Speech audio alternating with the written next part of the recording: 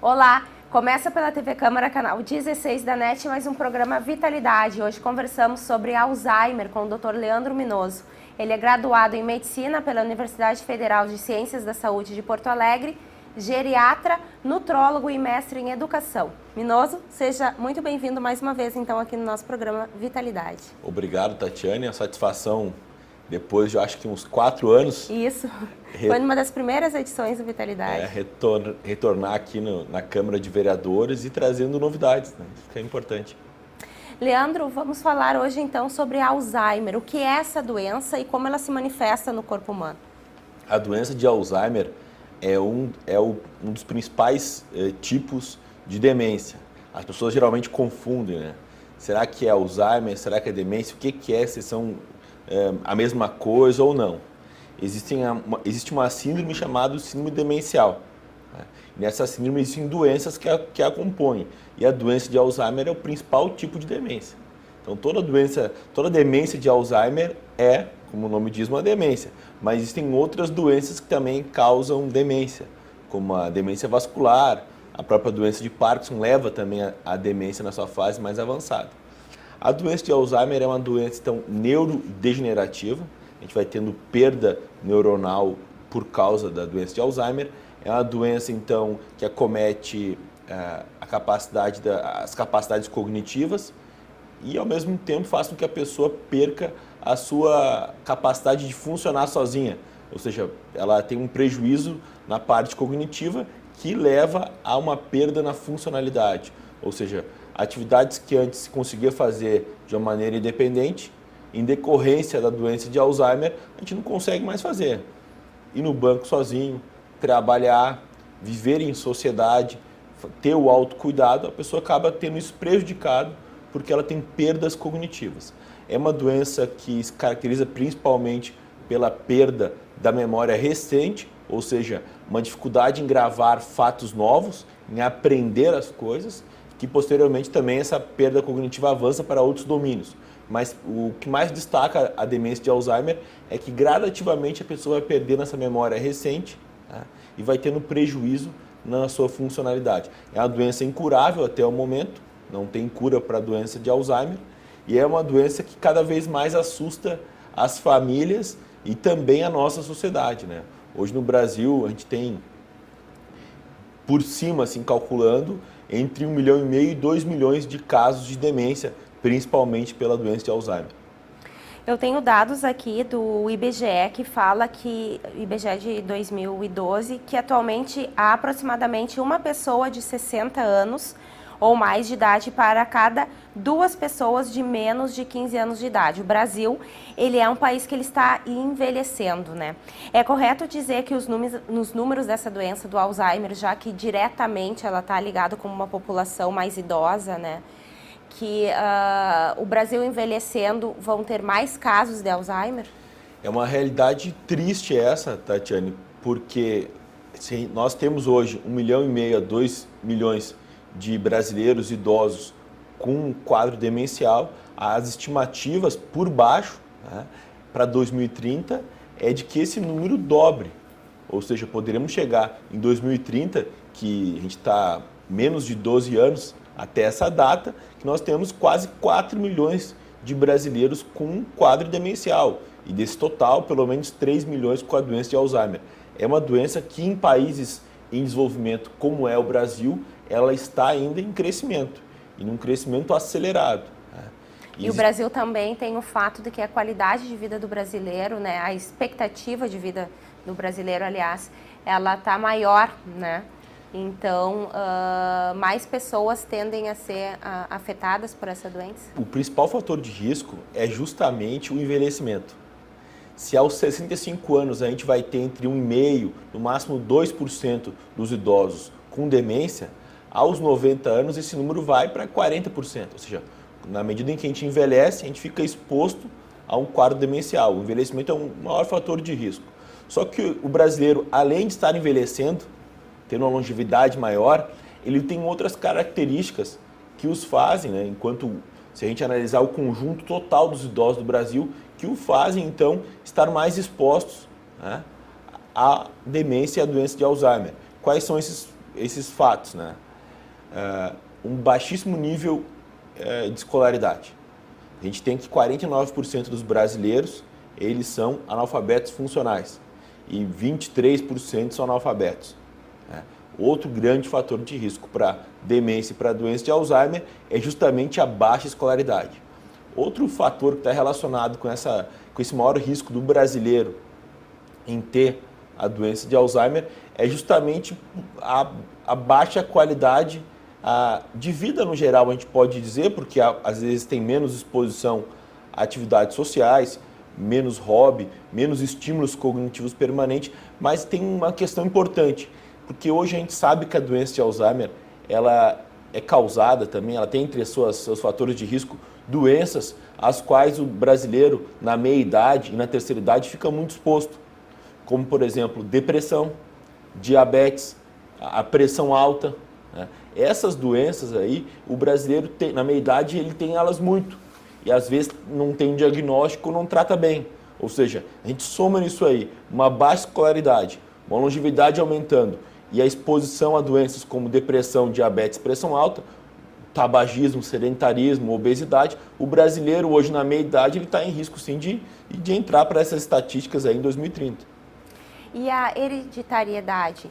O Alzheimer, ele é hereditário?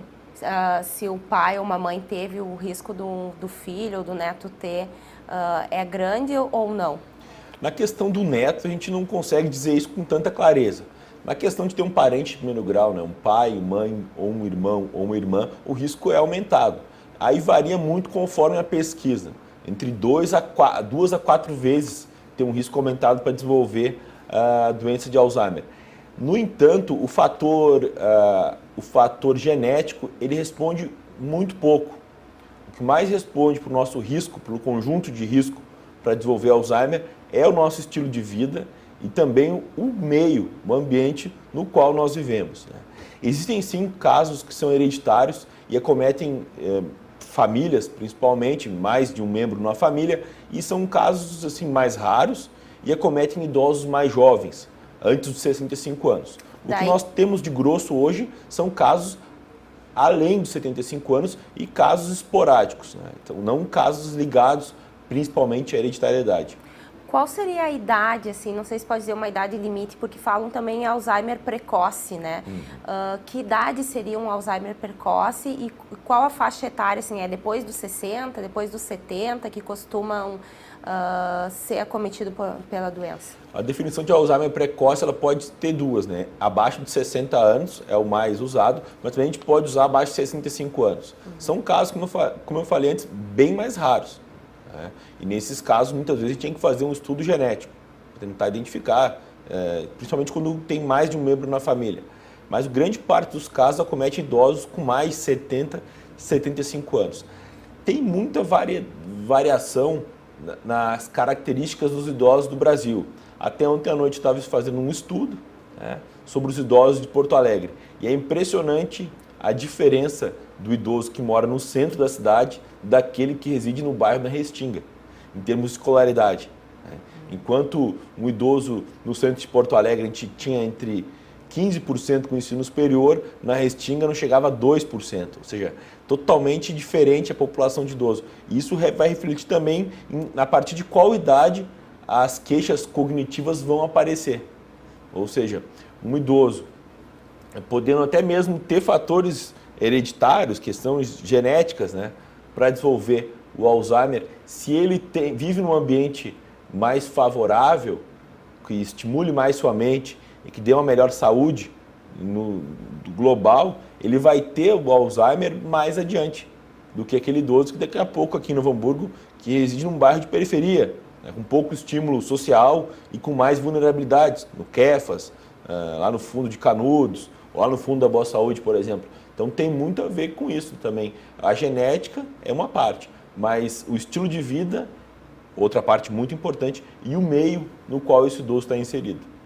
Aqui nós temos que o Alzheimer ele provoca a perda progressiva das capacidades cognitivas, como você falou, como a memória, né?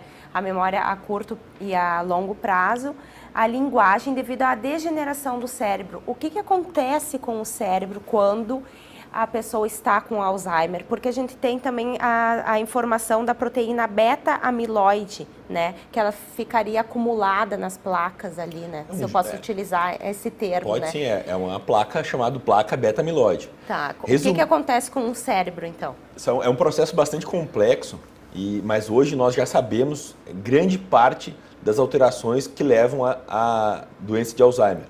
Inclusive, em 2013, publiquei o livro sobre prevenção de Alzheimer, doença de Alzheimer, como se prevenir, explicando cada um desses fatores e como a gente pode fazer para diminuir os fatores de risco e aumentar os fatores de proteção. De uma maneira bastante didática, a gente pode dizer que a doença de Alzheimer é causada pelo acúmulo de dois lixos dentro do nosso cérebro. Um deles, tu bem trouxe, são as placas beta-amiloides.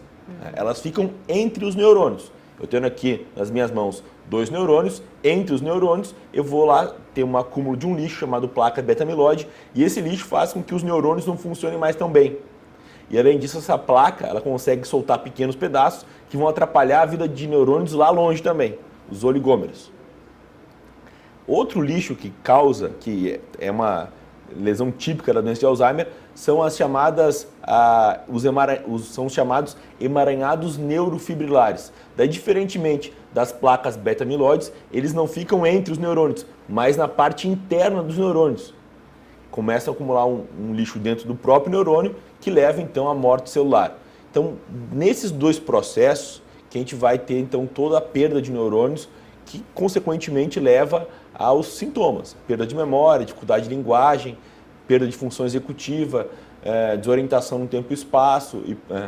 Mas a gente sabe também outras coisas que estão associadas com o surgimento dessas placas beta-amiloides e dos emaranhados neurofibrilares, que são os processos chamados de inflamação crônica ou neuroinflamação, o estresse oxidativo, que foi muito falado na década de 90, né, o acúmulo de radicais livres. A gente tem também um processo chamado glicação, que é o excesso de açúcar circulante, quando ele vai se grudando em proteínas, em estruturas cerebrais, que vai fazendo com que elas também percam a função. E a gente tem o descontrole nos níveis de insulina. Quanto maiores forem os níveis de insulina, mais placas beta-amiloides a gente vai ter. Junto com isso também tem disfunção na mitocôndria, que é uma organela dentro das células, alteração na barreira entre o hematoencefálica, entre o sangue e o líquido cerebral. Você tem uma série de alterações que a gente já sabe que acontecem. Então, a medicina avançou bastante. Quando a gente fala assim, não tem cura ainda para a doença, medicina tão avançada nos passa essa impressão. Olha, será que de repente é porque não sabe nada sobre a doença de Alzheimer? Não, se sabe muito. Só que como uma doença que ela tem causado, é uma doença que é causada por diversas vias, chegar ao tratamento definitivo é muito difícil. Hoje a gente tem tratamento, né? É importante dizer isso, até para o público, né, que nos assiste. É uma doença incurável, mas que ao mesmo tempo tem muito tratamento, né?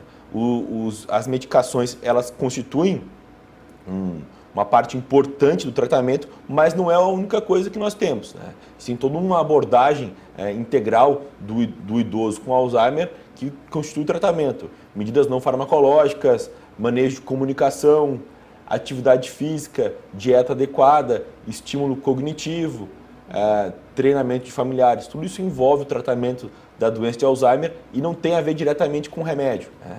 Quanto aos medicamentos, nós temos já, né, e o SUS distribui eles para a população.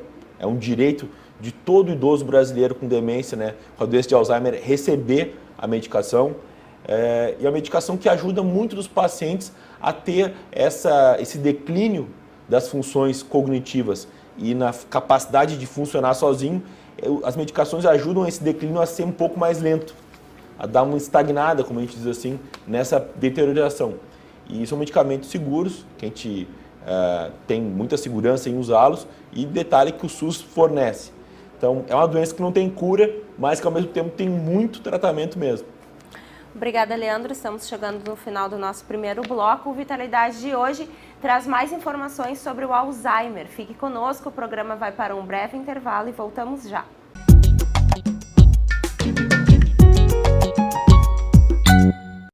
Se tem algo que precisamos ficar de olho, é na segurança das nossas crianças e adolescentes. Violência sexual, uso de álcool e drogas, trabalho infantil, situação de rua e desaparecimento de crianças são exemplos do que precisamos prevenir e denunciar. Disque 100 e denuncie qualquer violação dos direitos das crianças e adolescentes. Baixe também o aplicativo Proteja Brasil no seu celular. Respeitar, proteger, garantir. Todos juntos pelos direitos das crianças e adolescentes.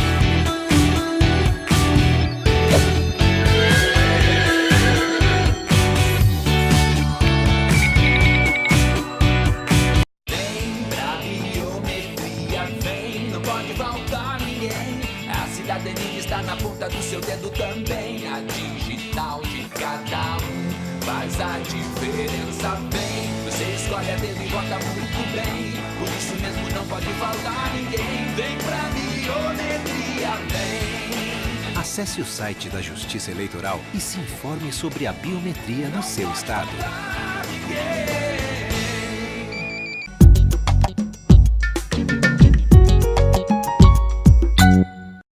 Estamos de volta com o programa Vitalidade. Nosso entrevistado de hoje é o geriatra e nutrólogo Dr. Leandro Minoso. Falando sobre Alzheimer, então, gostaria de perguntar se o Alzheimer ele possui uma escala evolutiva, ele vai piorando a partir dos anos na pessoa que já está detectada com a doença, né? Ou ela, assim como ela surge, ela permanece na mesma gravidade até o final da vida da pessoa? Tatiane, é uma doença progressiva. Depois que ela se instala, ela tende a piorar. O que o tratamento tenta fazer, e as medidas gerais, é tentar fazer com que essa piora não seja tão acelerada. Mas a partir do momento que se tem um diagnóstico de uma doença de Alzheimer, da demência de Alzheimer, se tem então um quadro progressivo que vai, entre 4 e 20 anos, evoluir. A gente pode ter pacientes que em 4 anos acabam falecendo, passando por todas as fases da doença, e ao mesmo tempo que a gente pode ter pacientes que isso demora até 20 anos.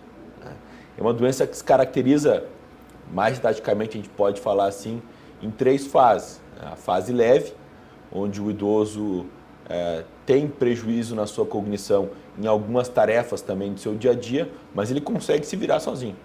Ele consegue, às vezes, até sair de casa, até mesmo dirigir carro. Consegue ter algum tipo de atividade laboral não tão complexa.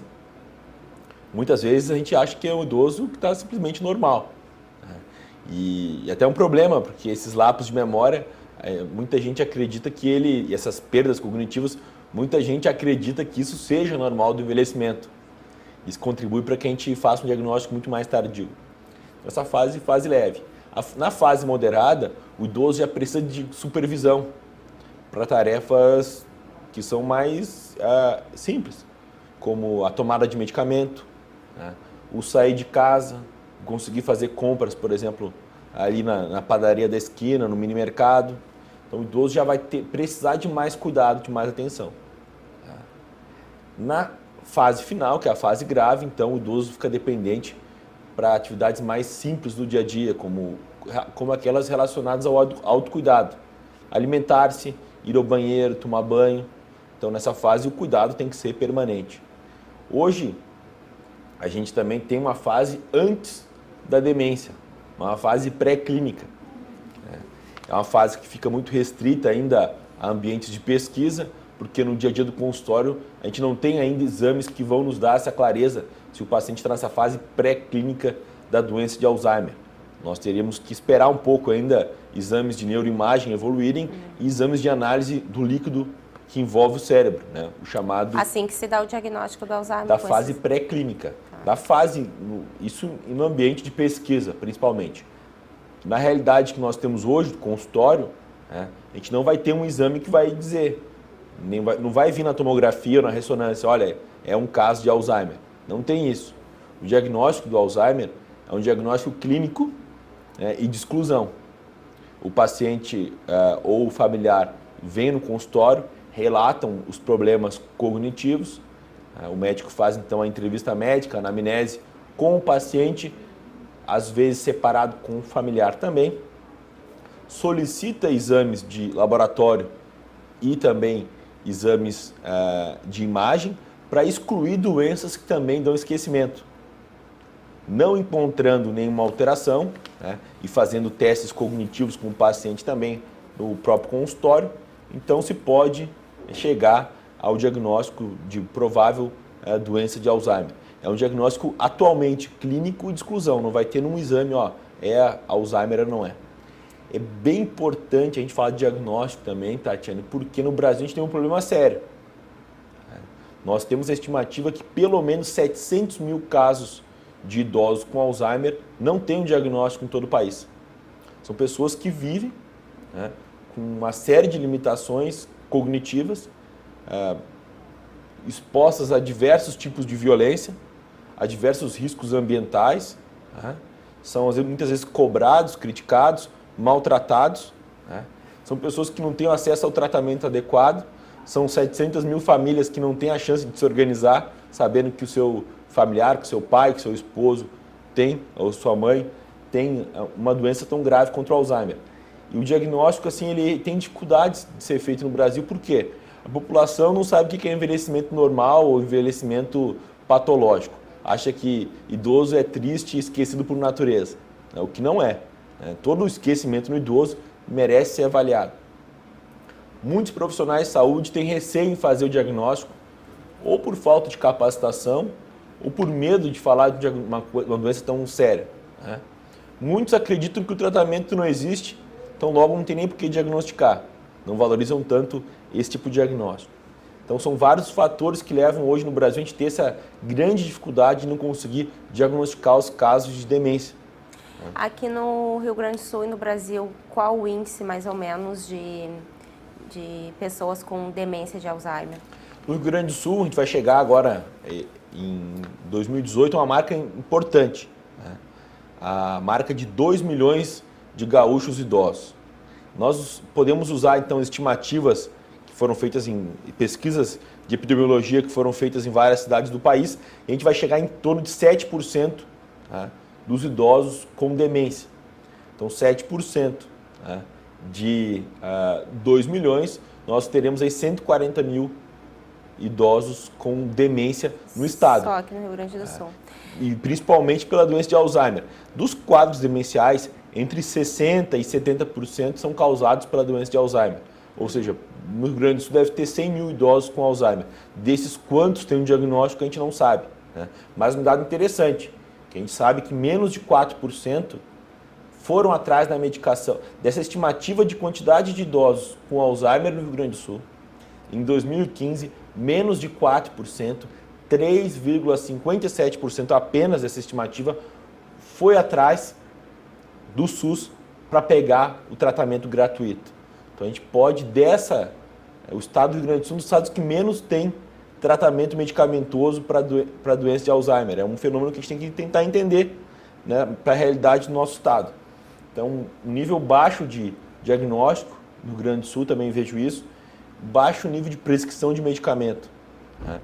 Então, aqui no estado a gente tem esse problema. São poucos idosos que vão até o SUS buscar o remédio. A gente sabe que quase 80% dos idosos não têm um plano de saúde, são idosos economicamente desfavorecidos, então a gente espera que eles deveriam buscar mais, né, as medicações para Alzheimer pelo SUS. No Brasil todo esse número está em 25% e aqui só 3,57%. Então a grande maioria convivendo com a doença sem receber o tratamento adequado. Sem ter o tratamento, a família sem saber do que se trata, muita gente brigando, cobrando daquele idoso, acha que eles estão se fazendo. Então o idoso com demência é um idoso muito exposto a diversos tipos de violência. Então é importante a gente destacar isso. Leandro, nós estávamos falando da escala evolutiva do Alzheimer, eu acho que eu acabei que engatei outra pergunta. Então é a leve, né? Daí tem o intermediário e o avançado? Isso, é um curso que vai de 4 a 20 anos, né? Estudos mostram aí, de 6 a 8 anos em média, assim, o tempo mais comum. Na fase final, a gente tem que o idoso fica dependente totalmente, né? Perde sua mobilidade, fala pouco, né? Acaba falecendo restrito ao leito. No bloco passado, nós também falamos da dificuldade de encontrar um tratamento exato, né, para os casos de Alzheimer, mas que há, sim, muitas técnicas e tratamentos paliativos ou tratamentos que podem trazer mais qualidade de vida, né, para essa pessoa, então, com a demência de Alzheimer, isso? Para cada fase da doença, a gente vai ter objetivos de tratamento que devem ser alcançados, focando o idoso adoecido, mas também seus familiares. Importante ressaltar, além da perda cognitiva que leva a maior dependência, nos casos da doença de Alzheimer, é muito frequente mesmo as alterações de comportamento e as alterações psicológicas, como apatia, que é ficar muito parado, sem iniciativa, depressão, ansiedade, agitação, irritabilidade, perambulação, né? Ideias delirantes. São alterações muito frequentes na doença de Alzheimer, em especial, né, a partir da fase moderada. E não é fácil cuidar de um idoso com Alzheimer. É muito difícil. Quando a gente fala em tratamento, a gente tem que falar na parte do idoso, ver a medicação correta, tratar todas as suas comorbidades, as outras doenças que ele tem, ver como garantir que ele vai ter, na fase leve principalmente, que ele tenha um estímulo cognitivo para que ele tente, né, fazer com que essa perda de funcionalidade diminua, né? Mas é importante em todas as fases olhar para o idoso e também para o familiar. Porque se o familiar acaba entrando em adoecimento, que é muito frequente, a gente vai acabar não conseguindo entregar para o idoso com Alzheimer o que ele precisa em termos de atenção e cuidado. Então o tratamento envolve, a integralidade dele envolve o idoso e também a sua família. O que a gente tem hoje assim para a fase leve de Alzheimer? A gente tem a chamada reabilitação cognitiva. Serve tanto para a fase leve do Alzheimer quanto para a fase pré-clínica. Tem um conceito, o ruim de vir numa entrevista dessa que é aberta para o público, é que se a gente falar em conceitos muito técnicos, as pessoas não vão entender. Já é bem complicado falar em demência, em doença de Alzheimer, em termos assim. Mas vou dar uma complicadinha. A gente chama hoje em dia as demências de transtorno neurocognitivo, né? E se o transtorno neurocognitivo leve, que é uma fase entre o normal e a demência. Nessa fase também de leve, onde a memória já não está tão boa, mas funcionalmente a pessoa se vira como antes, também é importante que se faça um estímulo cognitivo para esse idoso. As pesquisas mostram, né? Tanto nessa fase antes de ter demência e na fase inicial da demência, a gente pode fazer o que a gente chama de reabilitação cognitiva. Existem profissionais na área da psicologia, capacitados em neuropsicologia, que fazem esse trabalho de tipo fisioterapia para o cérebro. E tem resultados excelentes. Eu recomendo no consultório, né, fazer a avaliação e depois a reabilitação cognitiva. É algo como seria assim, naquela lógica da palavra cruzada fazer bem, isso é algo muito mais científico e muito mais estruturado, né? E é algo que às vezes as pessoas não sabem que faz bem, que ajuda. Leandro, chegamos ao final então do nosso segundo bloco. Vamos a um breve intervalo e voltamos já trazendo mais esclarecimentos sobre o Alzheimer.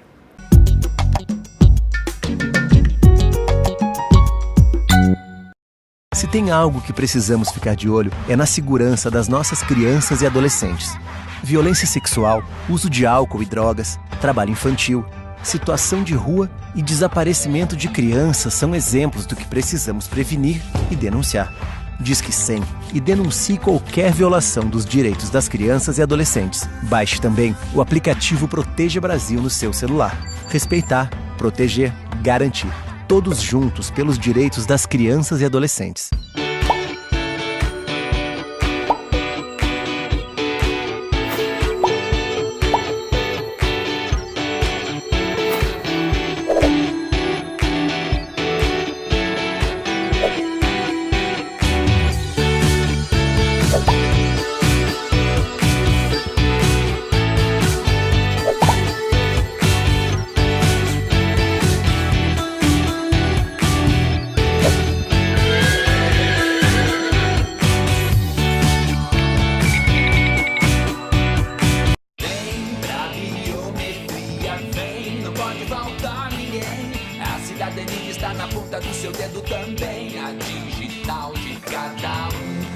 faz a diferença vem. Você escolhe a dedo e vota muito bem. Por isso mesmo não pode faltar ninguém. Vem pra biometria, vem. Acesse o site da Justiça Eleitoral e se informe sobre a biometria no seu estado.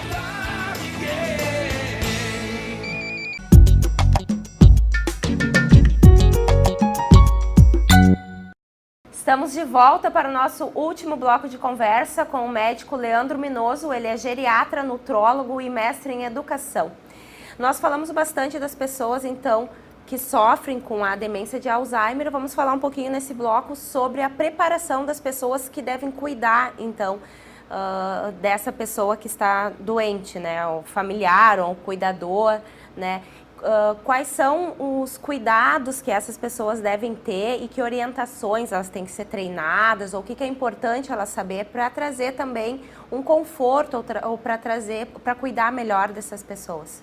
E hoje, né, Tatiane, tudo que tem de vanguarda em termos de tratar a doença de Alzheimer envolve esse olhar muito especial para o cuidador. Costumo comentar com os familiares no consultório, né? É um dos maiores desafios existenciais que eu tenho percebido, cuidar de um pai, de uma mãe, ou de um esposo ou esposa com a doença de Alzheimer. É uma tarefa assim que ela é prolongada, ela exige horas de cuidado, ela cria um grau de restrição de liberdade muito grande e com o passar do tempo ela vai exigindo competências de cuidado que são muito específicas. Como, por exemplo, como oferecer remédio para um idoso com Alzheimer. Parece simples para a gente, né? Mas às vezes não é. Às vezes vai oferecer remédio para uma criança, a gente tem dificuldade, né? Faz birra, não quer, fecha a boca, morde. Às vezes, com um idoso com Alzheimer, tem que fazer toda uma cena para conseguir isso. Às vezes tem que fazer toda uma estratégia, né, com muita paciência e cuidado para que o idoso aceite tomar um banho. Como oferecer alimentos sem que o idoso se engasgue e por aí vai. São uma série de competências difíceis, né? Que só quem vivencia isso sabe o quanto cansa, né? Então hoje, quando se fala em tratamento integral de Alzheimer, tem que se olhar muito para o cuidador. São pessoas que vivem em constante estresse. Em torno de 2 a cada 3 cuidadores de pessoas com Alzheimer entram na condição chamada estresse do cuidador, quando a capacidade que ele tinha de resiliência foi sobreposta pela sobrecarga de cuidado. A pessoa entra num quadro de quase adoecimento.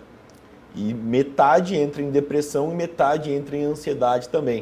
Ou seja, ganho de peso, uso de psicotrópicos, medicação para dormir, piora a saúde cardiovascular. Ou seja, o cuidar, ele impacta não só na ter que dispensar um cuidado, uma hora de atenção, mas prejudica muito a saúde do cuidador. Por isso que a gente tem olhado muito para essas pessoas, né? Esse estresse é muito constante. Os estudos mostram que quando a gente capacita o cuidador e oferece para ele algum tipo de suporte, né, reduz o quê? Melhora, claro, a qualidade de vida do cuidador. Ele entra em menos adoecimento. Só que o paciente com Alzheimer, ele acaba tendo menos sintomas comportamentais. Ele acaba recebendo menos medicação antipsicótica para ficar mais quieto, como as pessoas sabem que funciona mais ou menos assim. Então, e o custo total, os pacientes, olha que interessante, quando o cuidador está menos estressado, quando ele está mais capacitado, o idoso com Alzheimer visita menos a emergência e tem menos hospitalização. Porque é típico do cuidador, quando está estressado, levar mais vezes o idoso para atendimento médico. E às vezes em emergência, às vezes até induzindo a uma internação. Então, além de cuidar o cuidador ser algo humanizado, algo que reforça a sua dignidade, né, e também do seu familiar adoecido por Alzheimer, em termos de saúde pública, tu acaba reduzindo os custos nesse atendimento. Então, eu vejo como primordial a gente olhar para os cuidadores. Também as casas geriátricas. Nós sabemos que tem casas geriátricas muito boas, assim, com um custo muito elevado, e tem as mais simples. Estão preparados hoje em dia para receber pessoas com demência de Alzheimer? Pela estimativa assim, de vivência, né, eu frequento muito, né, residenciais, as instituições de longa permanência para idosos, assim o nome técnico que a gente chama, entre 60% e 70% dos residentes, em algumas outras até 90%, são por demência. É a grande doença que leva à institucionalização dos idosos no Brasil, né, seguidos por Parkinson e também pelo acidente vascular cerebral, pelos derrames. Pela lei, eles são obrigados a fazer cursos permanentes na área de gerontologia. Então, quem trabalha nas ILPIs regularmente tem que ter esse tipo de formação, até porque acabam sendo as doenças mais frequentes. É uma realidade que a gente tem que varia muito, né? Lugares excelentes, com muito recurso humano de qualidade, e outros que estão melhorando. Eu parabenizo aqui a cidade de Novo Hamburgo, principalmente o professor Telmo, que é o coordenador de políticas para idosos aqui no município. Eles têm tido um olhar atento, né, para os residenciais. Inclusive, ano passado, alguns foram fechados até, porque não estavam com condições dignas pela vigilância sanitária. Então, eles estão fiscalizando. E é muito bom quando fiscaliza uma dessas instituições, as outras começam também a ficar mais, a melhorar um pouco mais o seu atendimento. É claro que tem para tudo que é tipo de bolso, tudo que é tipo de família, né? E aí vai outro aspecto importante da doença de Alzheimer, é que os custos para manter um idoso com Alzheimer são elevados, são altíssimos, né? E quantificar isso é muito difícil. A doença de Alzheimer é a doença que mais tem custo social no mundo. A humanidade gasta mais com doença de Alzheimer do que com doenças cardiovasculares e do que com câncer. É uma preocupação mundial o quanto que nós temos de custos com as demências. A estimativa é que esse ano seja gasto $1 trilhão, ou 3,4 trilhões de reais com demências em todo o mundo. E não é só o gasto com médicos, com medicação, com outros profissionais de saúde, mas um gasto social em horas de cuidado. Por quê? Muitas vezes um familiar precisa abandonar o emprego para prestar esse tipo de assistência. O problema que nós temos no futuro é que cada vez as famílias são menores. E quem que vai cuidar desses idosos em 2030, por exemplo, né? Como que a gente vai resolver isso? Agora com essa questão de iminência de reforma da Previdência, que a gente vai ter que trabalhar. Grande parte da população vai ter que trabalhar até os 60 anos ou mais. Vai ter também uma diminuição em pessoas aposentadas que fazem cuidar dos idosos com Alzheimer. Então eu vejo que o cuidado esse formal, remunerado, vai ser algo que vai crescer muito nos próximos anos. Falamos um pouco das políticas públicas, né? Qual a tua opinião sobre as políticas públicas aqui no Rio Grande do Sul, até aqui em Novo Hamburgo, voltadas para as pessoas com demência em Alzheimer e também para os idosos de uma maneira geral, né? A gente tem que colocar, o Rio Grande do Sul é um dos estados que mais tem idosos no Brasil. A gente vai ter aí, a gente tem 17% da população gaúcha na terceira idade. A gente precisa de pessoas que pensem, né, mais no envelhecimento e chamem essa discussão. De 2 milhões de idosos, daqui a pouco vai aumentar essa população. Para 2030 a gente vai ter aí quantos por cento da população gaúcha idosa? Pode ser que tenhamos 1 em cada 4 gaúchos com mais de 60 anos, isso daqui 20 anos. Ou seja, o envelhecimento é algo que não é um problema no futuro do Rio Grande do Sul, é um problema no presente e no futuro a gente vê que vai ser uma situação caótica para as famílias e para a sociedade, né? Custos em saúde, custos também previdenciários, né, na questão de aposentadorias, mas uma série de custos a gente vai ter. A gente engatinha em diversos aspectos, né? Em breve teremos novidades nessa área de Alzheimer, né? Vou lançar um livro sobre políticas públicas para Alzheimer, agora acredito nos próximos meses, e analisando o que se tem no Brasil, nas cidades, no estado do Rio Grande do Sul. Aqui a gente engatinha muito, né? No plano de saúde do estado, na parte de geriatria, por exemplo, não tem uma ênfase dada em demência. É algo que a gente tem que olhar e incluir. A gente tem no Rio Grande do Sul um número muito baixo de centros especializados em atendimento do idoso. Em Novo Hamburgo, não sei, acho que não tem geriatra que trabalhe na Fundação de Saúde. No SUS também, acredito que não tenha. Se tiver, eu posso estar me equivocando muito. mas são pouquíssimos, só 7% das cidades gaúchas têm um centro de referência para atender idosos. Né? Tem coisas sendo feitas, né? Mas grande parte, no grosso, assim, eu acho que é encarar o envelhecimento como merecedor de políticas públicas, acho que a gente precisa acordar muito para isso. No Rio Grande do Sul, a gente tem mais ou menos em torno de 100 geriatras, né? Considerando que uma parte significativa deles já passou dos 60 anos, e muitos já não estão no ritmo de trabalho, né? Não cumprem 40 horas semanais de trabalho, já estão numa fase da vida mais de olho na aposentadoria e no descanso. Então a gente bota aí que a gente deve ter na ativa em torno de, não sei, 70 profissionais de geriatria. Para um universo de 2 milhões de idosos é muito pouco. Né? Novo Hamburgo é uma cidade privilegiada, comparado com outras, com Canoas, com São Leopoldo, com Campo Bom, é uma das cidades que mais tem geriatra proporcionalmente. A gente tem mais de 5 colegas especialistas em geriatria. Né? A gente tem o Dr. João Senger aqui, o Dr. Paulo Luquezzi, são geriatras antigos, né? E que abriram aqui a geriatria na cidade. Então aqui a gente tem cabeças aqui para pensar em construir alguma coisa em prol dos idosos. Mas tem iniciativas pontuais que poderiam de repente ser replicadas aqui no Rio Grande do Sul. Quando eu residia em Canoas, eu montei lá a Universidade para a Terceira Idade na Universidade La Salle, isso em 2010. Eu tive uma relação muito próxima com um serviço chamado CAPS do Idoso. Não existe CAPS do Idoso no SUS. Existem outros tipos de CAPS, mas esse do idoso não. E lá foi tentado começar um programa pioneiro. Eu acho que é algo que a gente poderia abrir os olhos e tentar trazer de novo essa prática de um CAPS para o idoso. Canoas hoje se destaca por ser uma das cidades que mais tem UPA no Rio Grande do Sul, graças ao trabalho do prefeito Jair Jorge, que ele focou muito na parte de saúde. Canoas tinha uma deficiência muito grande.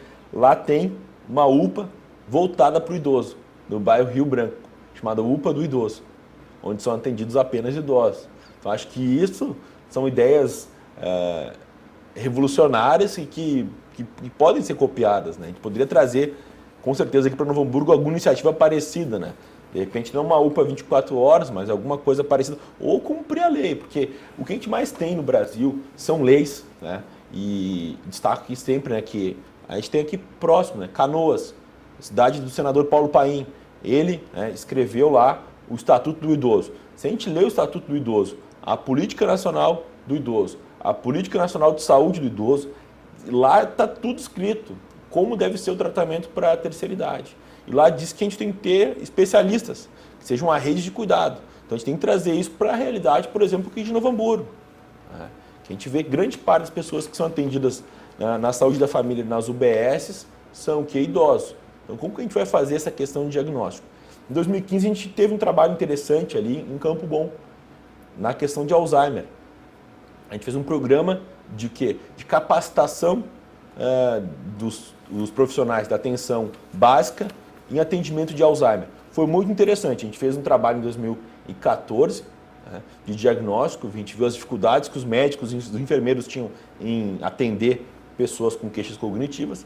Dessa primeira avaliação, a gente fez um programa que envolveu capacitar todos os médicos, enfermeiros, técnicos de enfermagem, todos os agentes comunitários de saúde e outros profissionais da rede em atender idosos com demência. Foi algo muito legal. A gente fez um trabalho de conscientização também com palestras no SEI e distribuição de jornais para a comunidade sobre Alzheimer.